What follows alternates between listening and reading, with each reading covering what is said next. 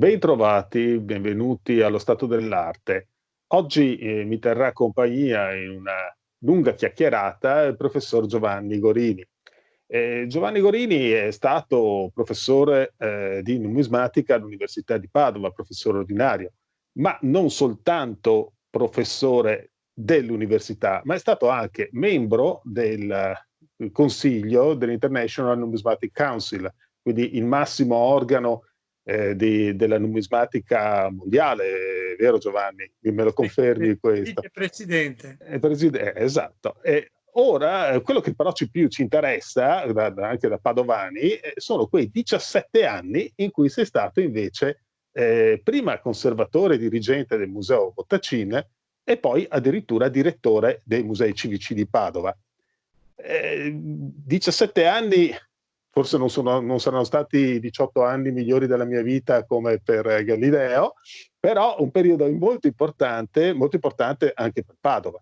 Se non ricordo male, tu sei entrato nel 1965, eri quasi un ragazzino perché eri giovanissimo, all'epoca si poteva, oggi no. Ma qual era la situazione che hai trovato? Oggi siamo abituati a questi musei quasi fantascientifici. All'epoca le cose credo fossero un po' diverse. Sì, la situazione quando io entrai nel 1965 era molto diversa da quella attuale. L'atmosfera che si registrava nel museo era una atmosfera piuttosto sonnacchiosa, tranquilla, rari visitatori, ma c'era molto calore umano, soprattutto con i colleghi e con il personale impiegatizio, ausiliario e così via. Però erano anche anni, non ci dobbiamo dimenticare che erano solo da 15 anni era finita la seconda guerra mondiale e in Padova vi era un grande, eravamo sotto il sindaco Crescente e direttore era professor Prosdocimi e la città di Padova aveva un grande fermento costruttivo. Ricordiamoci che in quegli anni, negli anni 60, nel 67 termina l'autostrada Padova-Milano, negli anni 59-60 si finiscono la riviera dei Ponti Romani e così altre attività. La vita del museo scorreva tranquilla, normale, nella vecchia sede di Piazza del Santo, dove c'era questa concentrazione dell'archivio, della biblioteca e del museo stesso, sia nelle sezioni archeologiche, medievalistiche, del Risorgimento, cioè c'era tutto un complesso. E naturalmente si soffriva molto del rapporto con il mondo religioso, perché si era a 2 passi dalla chiesa di Sant'Antonio. Beh, eravate all'interno della chiesa di Sant'Antonio, di fatto, cioè dentro il complesso conventuale, no? Sì, di fatto eravamo proprio attaccati, insomma, tant'è vero che c'erano qualche volta delle persone, delle donne così un po' religiose che entravano nel nostro museo e poi si facevano il segno della croce di fronte a qualche Beh, tanto croci ce n'erano lo stesso, no? Ecco. E per cui si pose subito il problema del trasferimento nella nuova sede. Questo problema del trasferimento, che è cominciato proprio negli anni 64-65, appena io arrivai, l'incarico fu dato all'architetto Albini, il quale veniva a tutte le riunioni insieme al suo assistente, l'architetto Piva, che era più o meno della mia età, col quale io quindi intrattenni subito un ottimo rapporto anche sul piano personale, e cominciò l'avventura del trasferimento. Questo da un punto di vista, diciamo, si procedeva su 2 binari. Uno era il binario del nuovo museo, con il progetto, con il concorso internazionale vinto da Sacripanti, progetto non accettato e così via. E nello stesso tempo non si faceva nulla nel vecchio museo perché si era in attesa del trasferimento. Quindi quelle piccole mostre che si facevano sono per la settimana dei musei, non so, nel 66 l'anniversario dell'annessione, cose di questo genere. Sì, però erano ridotte, diciamo, mostre molto ridotte, cioè Molto poche ridotto, una vetrine. Cioè... vetrina, 1 o 2 vetrine. Naturalmente c'era anche il fatto che questa settimana dei musei avveniva quasi sempre in primavera, però non in una primavera inoltrata, per cui c'era molto freddo, perché il museo non aveva riscaldamento. Beh, ho letto, scusami se interrompo, ma a proposito di questo, ho letto che nel 1957, la prima edizione della Settimana dei Musei, Padova non ha potuto aderire perché era in dicembre e la situazione era impossibile per il freddo. E difatti poi venne spostata più avanti in primavera, proprio perché molti musei del Veneto, e non solo del Veneto, di tutta Italia, non avevano il riscaldamento. Questo per dirvi com'era il concetto di un museo soprattutto elitario, solo per un gruppo di persone di una certa preparazione culturale, studiosi o visitatori molto, molto sofisticati. In quegli anni, ripeto, nacque in attesa del trasferimento nella nuova sede individuata in Piazza degli Eremitani, si cominciò il restauro del primo chiostro, del vecchio chiostro, e Albini fece il nuovo chiostro completamente metallico, moderno. Nello Chiostro stesso tempo, piccolo, era il chiostro piccolo, no? Quello sì, quello piccolo. piccolo. Nello stesso tempo si cominciò diciamo, a pensare di utilizzare la prima sala, quella archeologica, per un'eventuale esposizione che in effetti avvenne.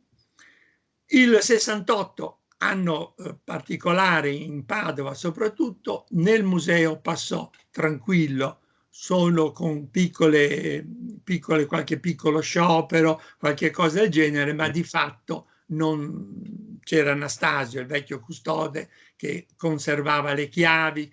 Ecco, c'era tutta questa ritualità che credo che oggi si sia persa, cioè tutte le sere veniva col conservatore, si giravano tutte le sale, si chiudevano tutte le finestre, tutte le porte, la notte le guardie notturne dormivano all'interno del museo e nello stesso tempo vi era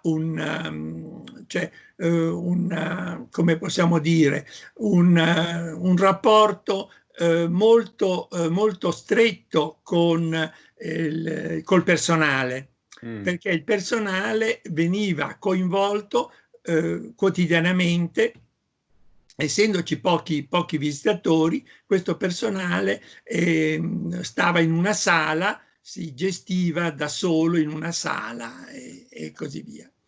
I visitatori non ce n'erano tanti. I visitatori ce n'erano pochissimi, visitatori ce n'erano pochissimi. Ecco, ripeto, il grande cambiamento avvenne negli anni 70.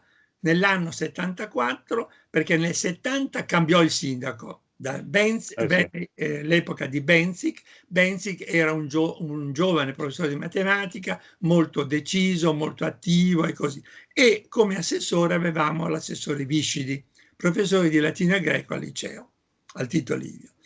E per cui ormai in tutti i musei del Veneto si facevano mostre e nel 74 ci fu il grande cambiamento con la prima grande mostra da Giotto al Mantegna. Ecco, questo fu e da allora direi che possiamo entrare in una seconda fase della vita dell'istituto. Da Giotto al Mantegna, se non ricordo male, 1974 si tenne al Palazzo della Ragione. Quindi la sede per le grandi mostre era il Palazzo della Ragione, veniva considerato il Palazzo della Ragione. In quell'occasione viene fatto il primo catalogo, perché nelle mostre precedenti io ho trovato soltanto pochi pieghevoli, ma niente di più. Il primo catalogo, che però tutto sommato, visti le nostre abitudini, era un catalogo ridotto, 89 pagine, 90 pagine di fatto di catalogo. Già 2 anni dopo, con la seconda mostra, la seconda grande mostra dopo Mantegna, quella del 76, il catalogo raddoppia, diventa 180 pagine, con un apparato fotografico di tutto rispetto. Ecco, questa funzione, questo diciamo, accompagnamento della mostra con il catalogo è una cosa ovviamente voluta, ma di fatto è quello che resta poi il catalogo di una mostra. Ecco, è fondamentale, il catalogo è fondamentale per un'esposizione perché proprio come dicevi tu giustamente è ciò che rimane poi della mostra. E negli anni 74-76 c'è anche un capovolgimento, cioè la mostra non è più la classica mostra, poniamo, di quadri di un artista o di artisti della stessa cerchia, ma diventa, potremmo dire, antropologica. Cioè si introduce il concetto dell'opera d'arte inserita nel contesto storico che l'ha prodotta. Per cui nei cataloghi e nelle mostre vengono inseriti gli aspetti economici, storici, giuridici, tutti gli aspetti dell'arte, diciamo della grande arte, pittura, scultura, ma anche medaglistica, numismatica, sfragistica, libri, manoscritti, miniature, rilievi, cioè c'è tutto un complesso di cose e potremmo ricordare sempre nel 76 la mostra Padova preromana, una mostra di certo. archeologia che ebbe un grande successo, fu portata in giro per tutta l'Europa e questo coincide anche con un grande rinnovamento perché nel stesso periodo c'è la continuità della mostra della Biennale del Bronzetto. Sì, certo, che purtroppo è stata... Nel 95 ha cessato di funzionare. Poi un altro elemento interessante di quegli anni, e ormai arriviamo verso gli anni 80, è tutto un filone di mostre dedicate agli artisti padovani, Zancanaro, Strazzabosco, Zancanaro nel 78, Strazzabosco nell'80, Fasan nell'82, fino ad arrivare alla grande mostra dell'86 sui secoli d'oro della medicina.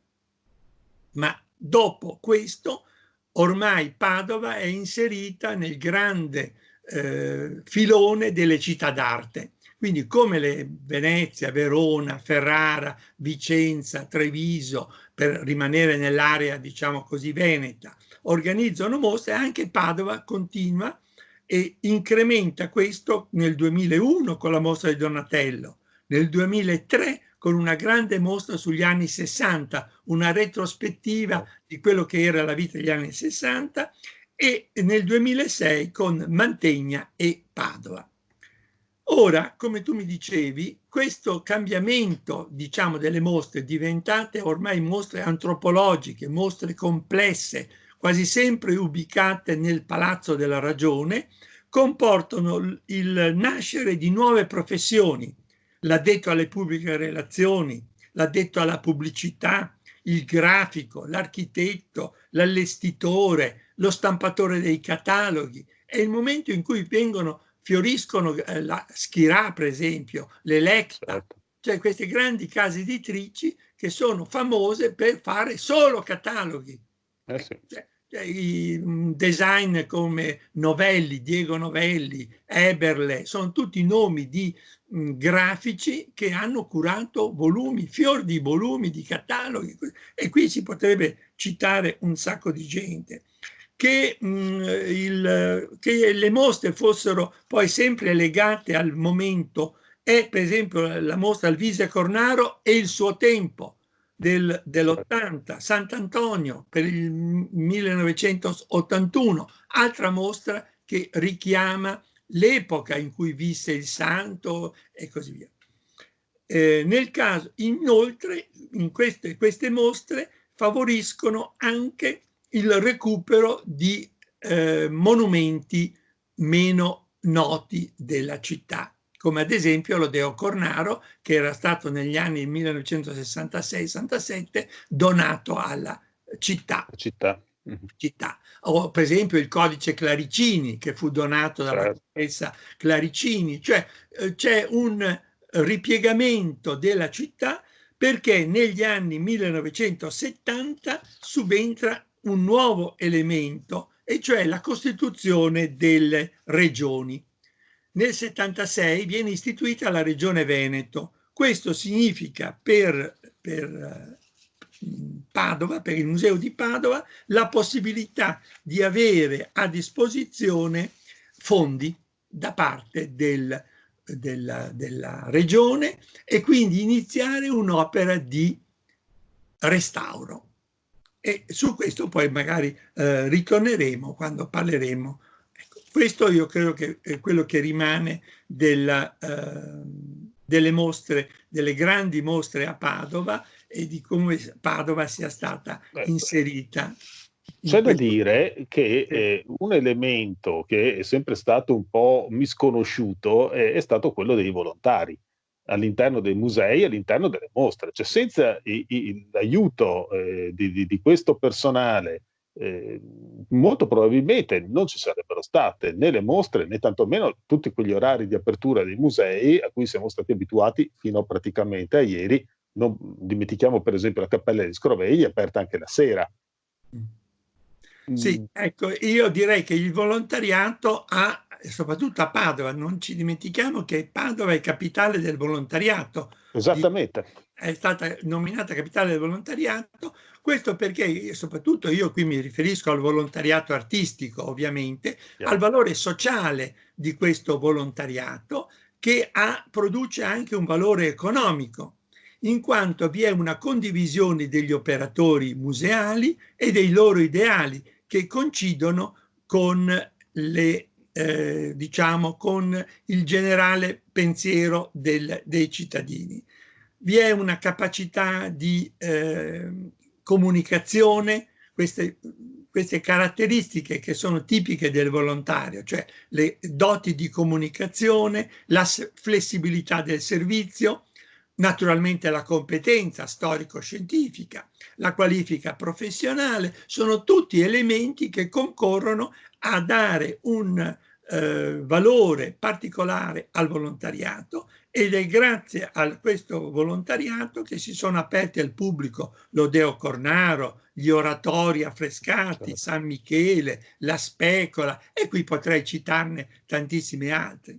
Ma soprattutto questo è un processo di diffusione della cultura, di democratizzazione, cioè di partecipazione e di inclusione del pubblico, dei cittadini, che interagisce con l'opera d'arte e con i fruitori di quest'opera d'arte. Quindi direi che l'apporto del volontariato artistico è quanto mai importante e determinante, ed è oggi una delle caratteristiche, una chiave di lettura particolare, proprio perché la funzione di fare da punto di contatto tra il conservatore del museo, l'operatore del museo e il pubblico è affidato ai volontari.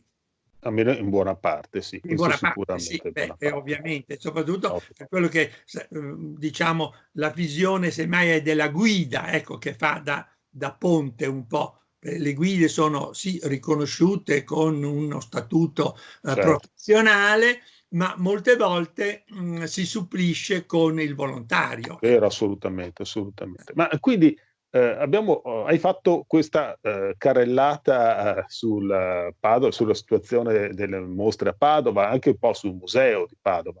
Ma oggi qual è lo stato dell'arte? Qual è la situazione, diciamo, al momento del coronavirus? Al momento siamo ormai alla vigilia della parziale, quantomeno, riapertura dei musei. È già un passo, insomma, dopo quello che abbiamo trascorso questi mesi di chiusura totale per tutti. Ecco, per quanto riguarda i nostri musei, devo dire che la situazione è buona come apertura al pubblico quando ci sarà nelle prossime settimane. Peraltro siamo anche in una situazione di stallo perché siamo senza un direttore scientifico. E Questo è vero. quindi questo, secondo me, c'è il rischio che la parte politica, l'assessorato in particolare, prenda il sopravvento su quella scientifica. Però diciamo su due piani il museo continua oggi a essere attivo, cioè quello localistico, cioè quello di procedere alla conservazione del materiale. Non ci dimentichiamo che l'atto di conservazione, che potrebbe sembrare qualcosa di scontato, è fondamentale, perché se noi oggi abbiamo una città ricca di monumenti è perché si sono conservati. Come? Poi c'è la tutela. Tutela significa conservazione attiva, cioè restauro, conoscenza, integrazione, studio, provenienza, classificazione, e poi c'è la valorizzazione. Ecco, questo è un altro aspetto che secondo me dovrebbe essere tenuto presente ed è dovrebbe essere compito soprattutto del personale scientifico che certo. addetto al museo. E quindi dicevi due piani, uno è quello localistico, l'altro invece è quello internazionale, cioè del turismo che viene a Padova e vorrebbe e vuole trovare risposte alle proprie ricerche. Oggi, per esempio, si fa anche molto per la didattica museale. La didattica museale è nata proprio negli anni 70, negli anni 80, adesso ha preso proprio un suo rapporto con il pubblico e con le scuole, e questo in vista di una preparazione, di una guida delle future generazioni ad apprezzare, a conoscere, ad apprezzare, a tutelare il bene culturale. Naturalmente in quest'opera di valorizzazione e di diffusione della cultura un ruolo particolare viene svolto dal bollettino del Museo Civico, che spero Nota dolente. ho sentito notizie che forse ha avuto una pausa di arresto, non lo so. Beh, un po' Comunque di anni che è fermo, sì. ecco, il bollettino è uno strumento di conoscenza che i grandi musei, e Padova è un grande museo, ci sono in tutti, da Venezia a Milano, per non parlare delle altre città europee, ma anche italiane. Quindi, secondo me, questo è per una divulgazione naturalmente a livello scientifico, a livello alto, come potremmo dire, Certo. accademico, che però sono i due piani per cui sui quali si deve muovere il museo, cioè da una parte rivolgersi ad un pubblico normale, diciamo di cittadini, di appassionati, e l'altro invece a un pubblico di studiosi. Anche per una E, questione di reputazione e di credibilità, è cioè è chiaro. fondamentale questo, certo. È chiaro. E poi, secondo me, uno degli aspetti che oggi trovo un pochettino carenti nel museo attuale è la ricerca di una identità in relazione alla città e ai suoi fruitori, cioè l'identità padovana che dovrebbe trovarsi con una nota di distinzione. Capisco che è molto difficile tra Verona e Venezia, tanto per citare queste due grandi città, Certo. trovare però un proprio spazio, una propria identità, con funzione ovviamente sempre con funzione educativa, cioè rivolta a far conoscere questi monumenti, e qualcosa è stato fatto opportunamente per quanto riguarda il mondo dei carraresi, sul quale c'è molto dibattito e c'è un periodo particolare. Però Padova è una città ricca di altri periodi, c'è il Cinquecento, c'è il Settecento, c'è l'Ottocento, ecco, sono altri aspetti, e poi non solo grande arte, ma anche scultura, ma anche grafica, cioè ci sono maioliche, ci sono insomma terracotte, ci sono diversi aspetti che secondo me dovrebbero essere tenuti presenti in una visione quantomeno integrata di tutto questo patrimonio culturale che i nostri antenati ci hanno lasciato. Beh, aggiungo anche i libri, le edizioni del 600, 700, sono edizioni soprattutto nel 700 di tutto rispetto. Ecco, però adesso siamo arrivati all'oggi e il domani, il post-Covid.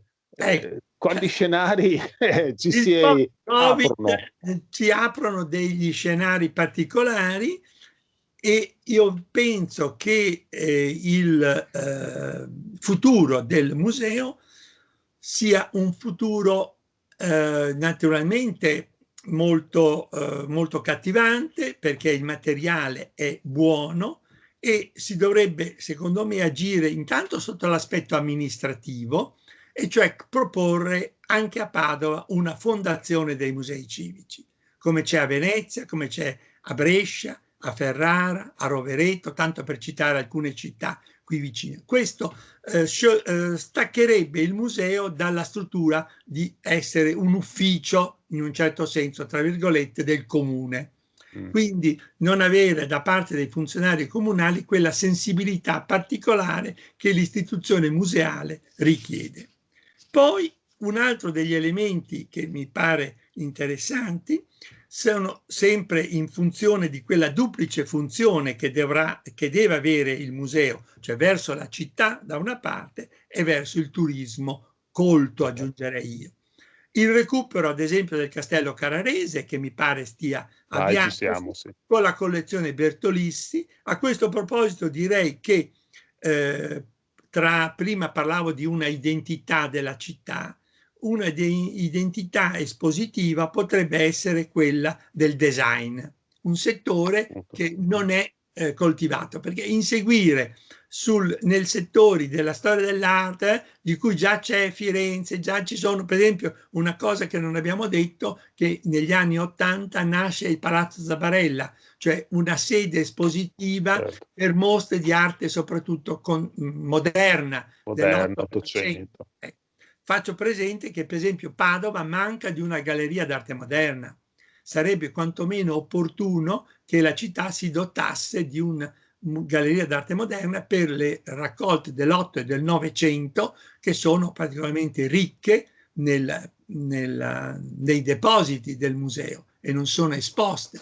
E ormai siamo nel 2000, quindi il pubblico ormai desidererebbe anche vedere cose del genere. Sì, è già diventata storia. Sì, ormai è diventata storia. Nel recupero ci sarebbe da recuperare almeno due elementi che io ritengo. Uno è il convento di San Giovanni da Verdara, che è ospedale militare, Sì. che ormai già Padova ha recuperato diverse caserme dell'esercito. Sì. E ormai credo che, non so, non me ne vogliono i militari, ma insomma un museo, un ospedale ubicato in un convento del 1400, sì. Non mi sembra una cosa. Con gli affreschi che ci sono all'interno, sì, richiamare la grande visibili. La biblioteca che c'era e così. Esatto. Poi, per esempio, c'è un monumento in particolare, la Torre del Diavolo, che è ancora in mano privata, e questo per esempio potrebbe essere almeno aperta al pubblico, visibile al pubblico. Extor Sgaravatti anche. Villa Sgaravatti, o il ponte di San Lorenzo, di cui la si parla degli Sgaravatti ogni volta di questa storia. E infine, per concludere questa prospettiva, se vogliamo sempre in termini diciamo di suggerimenti, la creazione di quella sala al quarto piano di Palazzo Zuckermann per le conferenze, perché effettivamente quella saletta del medagliere, sì, quella del medagliere, o anche l'altra sala del Romanino al Museo Civico mi sembrano molto sacrificate, perché sono delle sale inserite nell'esposizione, nel percorso espositivo, e che forse hanno anche pochi requisiti di sicurezza. A proposito del coronavirus e cose, sono piuttosto anguste, con le opere d'arte ad altezza delle sedie, insomma. Credo che quantomeno sarebbe auspicabile se il museo si dotasse di una sala per conferenze, visto che ormai l'avancorpo non sarà più costruito, no. E quindi insomma ci sente la necessità di avere un luogo deputato per piccole conferenze, congressi, incontri, cose del genere. Rimane che il futuro del museo di Padova dovrà assolvere a questa funzione di essere nello stesso tempo conservazione del passato, ma anche propulsione verso il futuro. Per esempio con una attenta opera di recupero di molto materiale, non dico acquisto, perché so che oggi parlare di acquisto è un po' difficile, però in passato si è cercato di fare qualcosa, si comprò a suo tempo tutto il corpus delle stampe dello Chevalier, per esempio, cioè di questi autori, almeno padovani. Ci sono ancora famiglie padovane che hanno grandi archivi, che hanno grandi disponibilità, e forse proseguire su questo arricchimento non sarebbe una cattiva una cattiva idea. E poi naturalmente proseguire con una apertura e con un contatto con un pubblico di una città d'arte, quindi sempre più aperto, sempre più disponibile, sempre più fruibile da parte di un pubblico padovano e non padovano. Anzi, ci aspettiamo che, finito questo coronavirus, si possa ricontinuare a viaggiare, a muoversi, anche senza grandi possibilità, ma almeno nell'ambito della nostra, non dico regione, ma almeno della nostra nazione.